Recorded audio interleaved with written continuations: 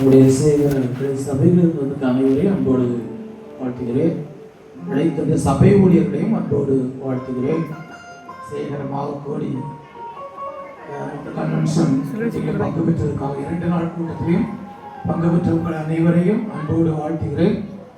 இதே போல வருகிற செப்டம்பர் அல்லது செப்டம்பர் மாதம் கடைசி கூத்திர பண்டிகை வரும்.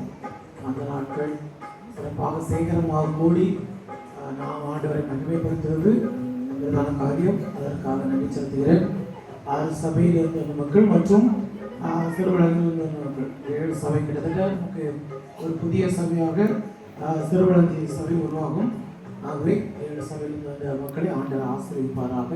இப்பொழுது காணிக்க பாடல் செயல்பாடு, அதன் பின்பு ஆசீர்வாத ஜெபத்தோடு நிறைவு செய்யும்.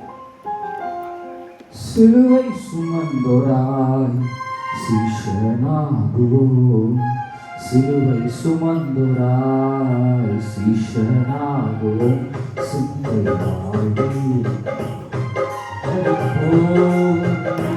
நிந்தை சுமப்பீனும் சந்தோஷம் கொள்வோம், சிந்தை வாழ்வீடும்